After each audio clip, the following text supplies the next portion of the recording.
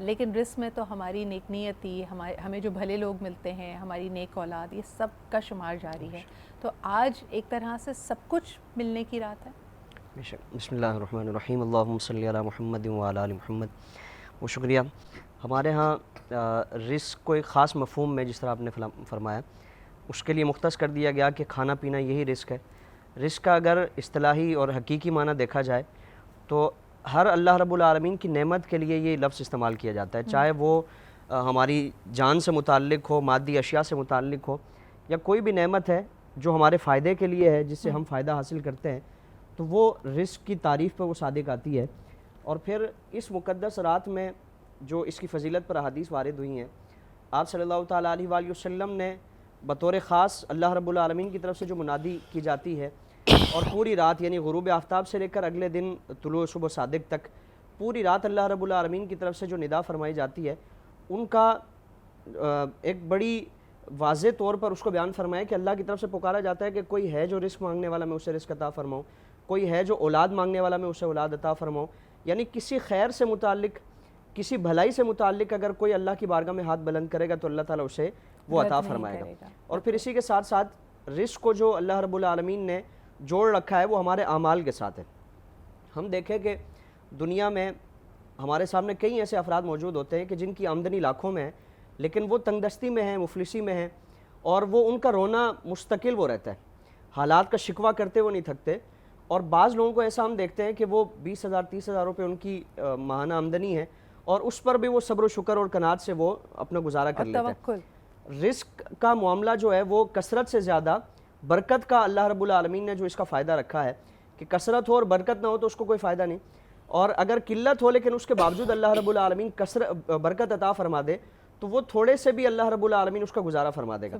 اور اسی کو قرآن کریم میں فرمائے کہ وَمَن يَتَّقِ اللَّهَ يَجْعَل لَّهُ مَخْرَجًا وَيَرْزُقْهُ مِنْ حَيْثُ لَا يَحْتَسِبُ، کہ جو اللہ سے ڈرتا ہے، جو تقوی اختیار کرتا ہے، پرہیزگاری اختیار کرتا ہے، تو اللہ رب العالمین پھر مشکلات سے اس کے نکلنے کے راستے بھی بنا دیتا ہے، اور اس کو ایسے ایسے مقامات سے رزق عطا فرماتا ہے جو اس کے وہم و گمان میں نہیں ہوتا. تو یہ رات تقوی کی بھی ہے، پرہیزگاری کی ہے، اور بطور خاص اس پورے ماہ مقدس کو اللہ تعالیٰ نے استقبال رمضان کے طور پر فرمایا کہ رمضان سے پہلے رمضان کی تیاری اس طور پہ کی جائے کہ اپنے آپ کو عبادتوں کا عادی بنایا جائے، شب بیداری کا عادی بنایا جائے، روزوں کا عادی بنا دیا جائے، تاکہ وہ جب رمضان کا مقدس مہینہ جو رحمتیں لے کر آیا، برکتیں، بخششیں، اور ایک ایک لمحہ اس کا قیمتی ہے، ہم اس کا کوئی بھی لمحہ ضائع نہ کریں. پہلے سے ہم کمر بستہ ہوں عبادات کے لیے، اور ایسی تیاری ہو، اس شاندار تیاری کے مطابق اگر اس کی عبادت کا اہتمام کریں گے، استقبال کریں گے، تو پھر اللہ تعالیٰ اس ماہ مقدس کی برکت عطا فرمائے. جس طرح ہم دیکھتے ہیں نا کہ بچوں کو بھی ہم دنیاوی طور پہ تیار کرتے ہیں امتحانات کے لیے، تو جو ایکچوئل امتحان ہوتا ہے اس سے پہلے موکس کرائے جاتے ہیں، اس سے پہلے آپ کو پریلیمنری ایگزامز دیے جاتے ہیں. تو آپ کی بات بالکل بجا ہے کہ اپنے آپ کو عادی بنانا اس روٹین کا، کیونکہ اکثر ہم دیکھتے ہیں رمضان مبارک میں لوگوں کی کمپلین ہوتی ہے کہ جی بھی نیند پوری نہیں ہوئی ہے، بھوک کی یا چائے کے یا پانی کے بغیر رہنے کی عادت نہیں ہے. تو یقیناً یہ ایک آپ کے لیے امتحان کا وقت بھی ہے. لیکن ارم جی، آپ کے پاس آتے ہوئے میں یہ سوچ رہی تھی کہ جیسے حضور اکرم صلی اللہ علیہ وآلہ وسلم کی ایک وصیت یا ان کے جو آخری ایام تھے، کہا جاتا ہے کہ انہوں نے وصیت کی کہ اپنی تمام امت کو کہ مجھے قیامت کے روز اللہ تعالیٰ کے سامنے شرمندہ نہ کرنا. تو یہ مجھے لگتا ہے کہ ایک بہت بڑی بات ہے کہ ان کی جو محبت ہے امت کے لیے، اور جس طرح وہ بار بار ہمارے لیے عافیت، بخشش اور تمام طرح آسانیاں طلب کرتے رہتے ہیں، اس بات کو فالو کرتے ہوئے ہم اس رات کا بہترین جس طرح کہنا چاہیے کہ how do we put it to best use. اعوذ باللہ من الشیطان الرجیم، بسم اللہ الرحمن الرحیم. سدرا، آج کی رات بہت مبارک رات ہے، اور میں سمجھتی ہوں کہ اللہ رب العزت کا یہ بڑا رحم کرم فضل ہے ہم سب کے اوپر کہ اللہ نے رجب عطا فرمایا، شعبان میں یہاں تک لے کر آیا. سرکار علیہ السلام کی جو دعا ہم نے رجب میں بھی بیان کی تھی کہ اللہ مجھے رجب اور شعبان نصیب فرما، اور رمضان تک پہنچا اور رمضان نصیب فرما، اس میں میرے لیے برکت ڈال. تو ہمیں یہی دعا کرنا چاہیے کہ یا اللہ، سب سے پہلی دعا یہی کہ اب رمضان بھی نصیب فرما، اس میں برکت ڈال، اور پھر اس کے بعد بھی آنے والے یہ دن ہمیں نصیب فرما، کیونکہ یہ خیر و برکت عافیت کے دن ہیں. دیکھو، نبی کریم صلی اللہ علیہ وسلم نے ارشاد فرمایا، ایک حدیث مبارکہ کا مفہوم ہے کہ ایک شخص فجر سے لے کے ظہر تک کام کرتا ہے اور اس کو ایک قرات ملتا ہے، وہ ٹائم پیریڈ لمبا ہو گیا. ایک شخص عصر سے ظہر سے لے کے عصر تک کام کرتا ہے، اب ٹائم پیریڈ تھوڑا سا چھوٹا ہو گیا لیکن اس کو بھی ایک قرات ملتا ہے. ایک وہ شخص ہے جو عصر سے مغرب تک کام کرتا ہے اور اسے 2 قرات ملتے ہیں، تو وہ سب سے چھوٹا ٹائم سلاٹ ہے۔ تو انہوں نے کہا یہ مثال میری امت کی ہے کہ جو فجر سے لے کے ظہر تک کام کرتے ہیں وہ یہود ہیں، جو ظہر سے عصر تک کرتے ہیں وہ نصارہ ہیں، اور جو عصر سے مغرب تک کرتے ہیں مطلب کم وقت میں زیادہ نیکیاں اللہ رب العزت عطا فرماتا ہے۔ تو آپ نے فرمایا کہ اللہ نے کسی امت کا ثواب کم نہیں کیا، میری امت کو بڑھا کے دیا۔ تو امت محمد صلی اللہ علیہ وسلم پہ تو اللہ کا رحم کرم فضل بے انتہا ہے، اور میں سمجھتی ہوں کہ پورا رجب اور پورا شعبان، خاص کر آج کی جو رات ہے، دیکھو یہ تو رحمتوں کی رات ہے کہ اللہ رب العزت اپنے بندوں کو کیوں پکارتا ہے کہ ہے کوئی جو مجھ سے روزی مانگ لے، ہے کوئی جو مجھ سے رزق مانگ لے، ہے کوئی جو مجھ سے زندگی مانگ لے، ہے کوئی جو مجھ سے اپنی اولادوں کی خوشیاں مانگ لے، ہے کوئی جو مجھ سے اپنا نصیب مانگ لے، ہے کوئی جو مجھ سے اپنی مغفرت مانگ لے، کیونکہ میرا رب چاہتا ہے کہ رجب کا مہینہ تو میرے رب کا مہینہ ہو گیا، شعبان کا مہینہ میرے محبوب کا مہینہ ہو گیا، ابھی جو رمضان کا مہینہ آ رہا ہے یہ مہینہ تو میں نے اپنے بندوں کے نام کر دیا۔ اب وہ اس رمضان کے مہینے میں اپنے بندوں کو پہنچانے سے پہلے جو میرا دل یہ کہتا ہے کہ وہ اتنا ان کو پاک اور صاف کر دینا چاہتا ہے کہ رجب میں بھی بخشش کر رہا ہے، شعبان میں بھی بخشش کر رہا ہے، پھر شعبان میں ایک رات ایسی دے دی کہ اس رات جو طلب کر لوگے وہ مل جائے گا۔ میں تمہیں تمہارے مہینے تک پہنچنے کے لیے تمہاری روح کو اور تمہارے جسم کو، سبحان اللہ، دونوں کو اتنا صاف ستھرا کرنا چاہتا ہوں کہ دیکھ ہم اپنے مکانوں کو چمکاتے ہیں نا، بیسکلی گھر یہ ہے، صحیح، تو ہم کو نا اس کو چمکانا چاہیے۔ اسی لیے میں اکثر کہتی ہوں کہ ظاہر کبھی بھی اور اپنے باطن آپ بھی، سے بات کیا کریں، صحیح، اپنے اس مکان کو دیکھا کریں کہ کہاں کہاں جالے لگے ہیں، تو آج رات تو آپ تمام جالوں کی صفائی کر سکتے کیا ہیں بات ہے۔ کہ رمضان کے لیے پاک و اینڈ آئی صاف ہو تھنک جائیں۔ پرفیکٹ موقع ہے ان لوگوں کے لیے جو کسی برائی سے توبہ کرنا چاہتے ہیں، یعنی اللہ تعالیٰ جب کہتا ہے اور سب سے قریب ترین ہوتا ہے، سب سے نچلے آپ سے قریب ہو کے آپ کو یہ پکار رہے ہیں اور کہہ رہے ہیں کہ اگر کوئی مجھ سے بخشش مانگنے والا ہے، روزی مانگنے والا ہے، عافیت مانگنے والا ہے تو پکارو اور میں اس کو بخشوں گا۔ تو یعنی اہمیت اس بات کی بھی ہے کہ آج آپ کسی چیز سے اگر توبہ کرتے ہیں تو اس پہ خاص فضل ہوگا اور ان اچھی عادتوں کو اپنانے کے لیے آپ کے لیے آسانیاں ہوں گی۔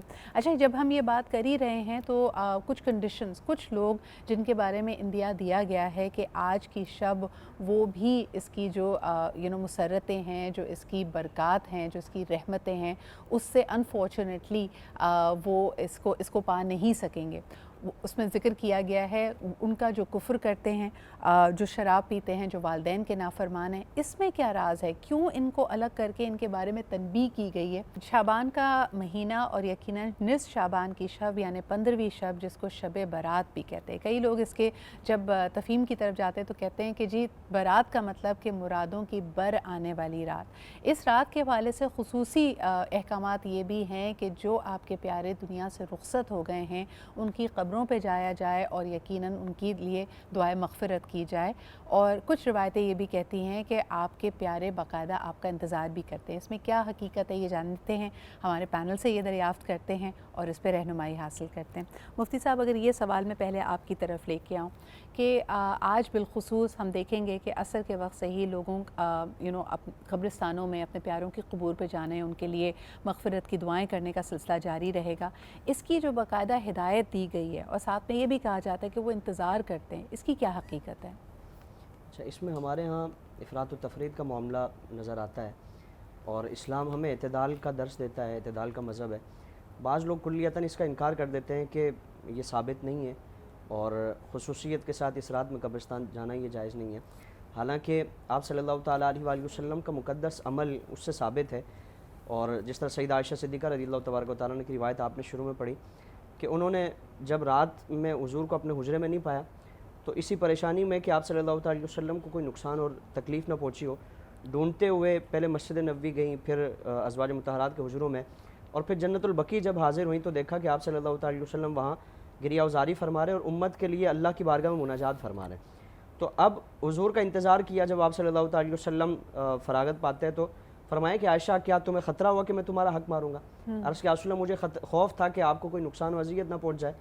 تو فرمایا کہ عائشہ آج کی رات سے اکثر لوگ وہ غافل ہیں، اور آج کی وہ مقدس شب ہے کہ بنو کلب کی بکریوں کے بالوں سے بھی زیادہ تعداد میں اللہ تعالیٰ گناہگاروں کی مغفرت فرماتا ہے۔ تو قبرستان جانا آپ صلی اللہ تعالیٰ علیہ وآلہ وسلم کا مقدس عمل ہے سنت اور حضور سے ثابت عمل ہے یہ. جی. تو اس لیے قبرستان جایا جائے.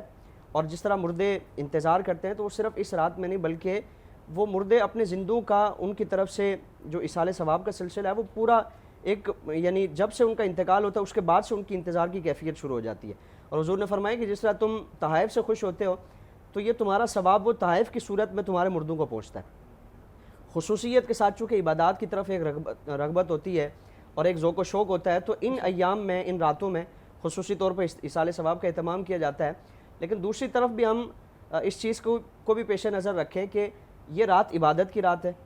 قبرستان میں میلے ٹھیلے لگانا اور اس طرح کا اہتمام کرنا بالکل ایک میلے کا سما ہو جائے یہ اس چیز کو شریعت نے پسند نہیں فرمایا. قبرستان جانا جو اجازت عطا فرمائی گئی اس کی سب سے بڑی وجہ حضور نے خود بیان فرمایا کہ تم قبرستان میں جایا کرو قبور کی زیارت کیا کرو کہ وہاں جا کر دنیا کی بے رغبتی ہوتی ہے اور آخرت کی تمہیں یاد آتی ہے جو ہمارے زمانے میں مفقود ہے. یعنی ہم قبرستان میں مردے کی تدفین ہو رہی ہے اور ہمارے ہاں اپنے کاروبار اور بات چیت اور غیبت اور یہ ساری چیزیں ہمارے ہاں ہم اس ایک نازک ترین مرحلے پر بھی ان چیزوں کو ترک نہیں کرتے.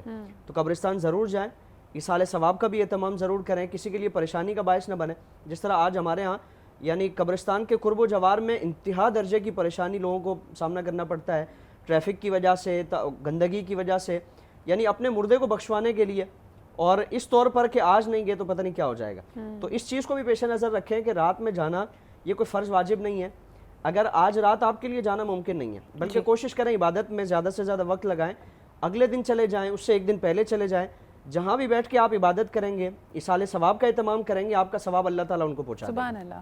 اور جس طرح علامہ صاحب آپ پہلے کہہ رہے تھے کہ موت کے حوالے سے روزی کے حوالے سے کہ کس کی کتنی زندگی ہے زندگی صحت والی زندگی ہو برکات والی زندگی ہو مجھے یہ بتائیں کہ لوگ اس میں بھی کبھی کبھار مغالطے میں پڑ جاتے کہتے ہیں کہ جی جب انسان پیدا ہوتا ہے تو اس کی موت کا وقت مقرر ہے تو پھر موت اور زندگی اور آج یعنی 15 شعبان کی شب ان کا آپس میں کیا تعلق ہے؟ میں ایک تو وہ حضرت مولانا کی بات کو آگے بڑھاؤں گا. رزق کے حوالے سے آپ نے پوچھا تھا. رزق کے اصطلاحی معنی اصل میں یہ ہے کہ وہ شے جو سبب حیات ہو. تو ہمارے جسم کی حیات کا سبب تو یہ کھانا پینا یہ سب ہوتا ہے لیکن صرف حیات یہ نہیں ہے. قرآن مجید اور احادیث کے حوالے سے 7 حیات کے وہ ہیں قسمیں ہیں اور 7 موت کی قسمیں ہیں. تو چونکہ حیات کی قسمیں 7 ہیں تو اس میں رزق کی قسمیں بھی 7 ہیں. ہر حیات کا رزق الگ ہے. اس میں جو رزق ہے یعنی جو حیات کا سبب بنتا ہے علم خود علم ایک رزق ہے. اس میں اولاد خود ایک رزق ہے کیونکہ وہ ماں باپ کی حیات کا سبب بنتا ہے ان کے نظریے کی بقا کا سبب بنتا ہے اس لیے اولاد بھی رزق ہے. مغفرت جو ہے وہ آپ کی حیات جاویدانی کا سبب بنتی ہے استغفار. تو مغفرت بھی ایک رزق ہے وہ بھی رزق ہے. تو اس طرح رزق کی مختلف قسمیں ہیں. تو ہمیں صرف یہ نہیں کہ دال پانی روٹی چاول کا رزق ہو بلکہ اللہ سے یہ دعا کرنی چاہیے کہ علم کا رزق عبادت کا رزق صحت کا رزق اولاد کا رزق اس میں اور جیسے کہ میں نے کہا کہ بڑھنے سے زیادہ برکت کی دعا کرنی چاہیے کہ وہ برکت ہو. اب آ جائیں موت کا دن تو معین ہے. اصل میں پروردگار عالم نے موت کے 2 اسٹیپ رکھے ہیں. یہ مشہور قول موجود ہے حدیث کہ موت وہ واحد چیز ہے جو صدقہ دینے سے ٹل جاتی ہے. اچھا ہاں یہ اس میں واقعے بھی موجود ہیں کئی واقعے ہیں اس میں موجود ہیں. ہمارے کسی نبی نے کہا کہ جس کی شادی ہو رہی ہے اس کی موت واقع ہو جائے گی. جب وہ جا رہے تھے دیکھا جب واپس آئے تو وہ دیکھا کہ وہ نہیں مری. تو پوچھا بھئی وہ کیا بات کیا ہوئی. وہ آئے کہ کیا ہوا تو رات کیا گزری تمہارے اوپر کیسے تمہاری حیات.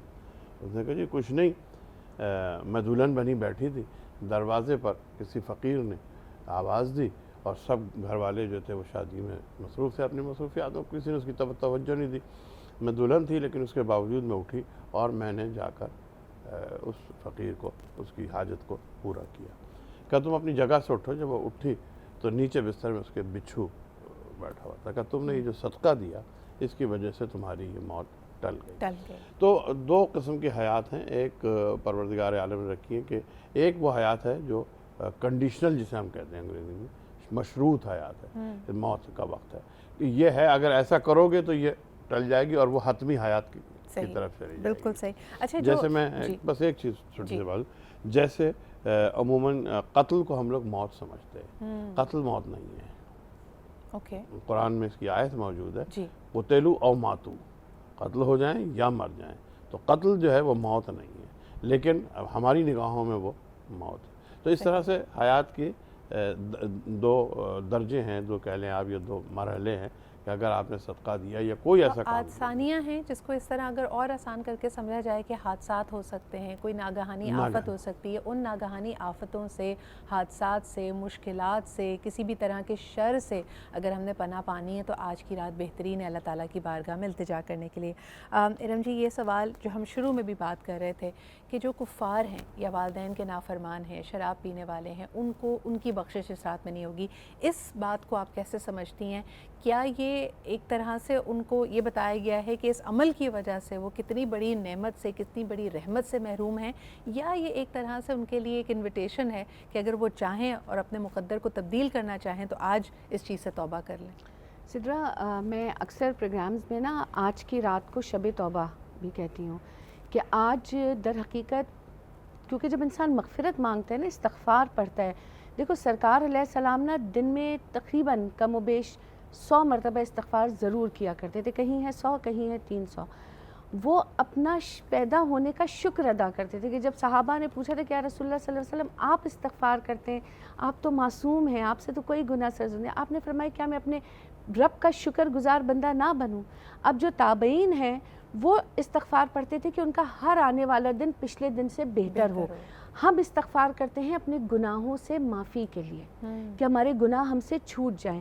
تو در حقیقت استغفار جو ہے، جب اللہ سے آپ کو معافی مل جاتی ہے نا، پھر اللہ کی نعمتیں آپ کے اوپر برسنا شروع ہوتے ہیں۔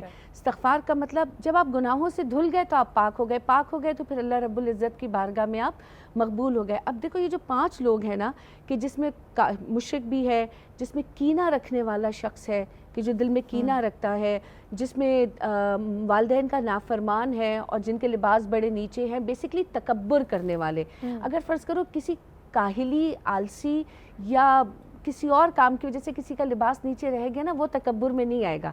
جس نے تکبر کی وجہ سے یہ کام کیا وہ اس میں شامل ہے۔ یہ کلیئرٹی ایک بہت ضروری ہے۔ تھوڑا اور اگر وضاحت، مطلب وہ سارے لوگ کہ کسی بیماری کی وجہ سے، کسی کاہلی کی وجہ سے انہوں نے دھیان نہیں دیا، نیت نہیں ہے نا کسی کو دکھانے کی، اور لباس ایسا نیچے ہو گیا کہ پیچھے لٹکتا ہوا آ رہا ہے، لیکن کسی کو نیچا دکھانے کی نیت نہیں ہے، اندر تکبر نہیں ہے، تو وہ اس زمرے میں نہیں آتے۔ یہ خاص کر ان کے لیے جو تکبر میں، اور اس سے ایک بات اور ملتی ہے کہ صرف لباس کا نہیں، کسی بھی چیز کا اگر تمہیں تکبر ہے تو آج کی رات تمہارے لیے معافی ملنا مشکل ہو جائے گا۔ تو سب سے پہلے اپنے ہر تکبر سے پیچھا چھڑا لو، اور پھر جو ظاہر ہے شراب پینے والا ہے۔ یہ بڑی انٹرسٹنگ بات آپ نے کی، کیونکہ اکثر دفعہ جب ہمارے شعور میں یہ بات موجود ہے کہ جو ہم کر رہے ہیں وہ غلط ہے، یعنی ہم سے کوئی خطا ہو رہی ہے، کوئی غلطی ہو رہی ہے، اللہ تعالیٰ کی کسی حکم کی ہم نافرمانی کر رہے ہیں، تب بھی آپ نے بہت سارے لوگوں کو، ینگسٹرز کو کہا ہو کہ بس آپ دعا کیجئے کہ مجھے ہدایت ملے، یا آئی ایم ناٹ ریڈی۔ خاص طور پہ یوتھ کا یہ بڑا ایک کامن جملہ ہے ان کے ذہن میں، آئی ایم ناٹ ریڈی، میں تیار نہیں ہوں ان چیزوں کو گیو اپ کرنے کے لیے۔ تو آپ کی تیاری کس طرح ممکن بنائی جائے، اللہ تعالیٰ سے کس طرح استغفار کریں کہ یہ مرحلہ آپ کے ہمارے لیے آسان ہو؟ ہم سب کوئی نہ کوئی ایسا کام کر رہے ہیں جو ہم خطاؤں کا ہمارے سامنے ایک انبار لگا ہوا ہوگا، نافرمانی بھی ہم سے ہو جاتی ہے۔ تو چینج از نیور ایزی، آسان نہیں ہوتا اپنے آپ کو تبدیل کرنا، لیکن اللہ تعالیٰ کی طرف سے ہمارے لیے پیغام ہے، یہ مخصوص ایام ہیں، یہ مبارک راتیں ہیں جس میں ہم تبدیلی اپنے اندر لا سکتے ہیں۔ لیکن اگر ابھی بھی آپ کے دل سے آواز نہیں آ رہی، and you thinking I am not ready, تو پھر کیا کرنا چاہیے؟ ارم جی، آپ کیسے دیکھتی ہیں اس کو؟ یار میں اس جملے کو زیادہ پسند نہیں کرتی کہ I am not ready. If you are not ready now, تو پھر تو آپ کبھی بھی ریڈی نہیں ہوں گے، اور جہاں آپ چاہتے ہیں ریڈی ہونا وہاں آپ یوں ریڈی ہو جاتے ہیں۔ تو اٹ مینس کہ آپ کی ابھی پرائرٹی نہیں ہے، آپ نے پرائرٹائز کیا ہی نہیں ہے، تو سنبھل جاؤ بھائی، کیونکہ these are the alarms of life, اور اکاؤنٹیبلٹی ہے بالکل، جہاں پہ، اور آپ کو بچے، میں یہ نہیں کہتی بیوقوف ہیں، اب ماشاءاللہ بہت سمجھدار ہیں، اور ان کو اپنے آپ کو اور اپنے قبلے کو درست کرنا پڑے گا، اور پیرنٹس تو بہت زیادہ کاؤنسلنگ کرتے ہیں، سمجھاتے ہیں۔ تو اگر وہ یہ سمجھتے ہیں کہ نہیں میں ابھی اس طرف جانے کا، تو اللہ تم سے صرف ایک ذرا سی کوشش مانگ رہا ہے، وہ یہ نہیں کہہ رہا کہ ہاں تم بالکل یو ٹرن لے لو، اللہ صرف اتنا کہتے ہیں کہ بیٹا ذرا سا آگے بڑھو، باقی کا ہاتھ میں خود تھام لوں گا،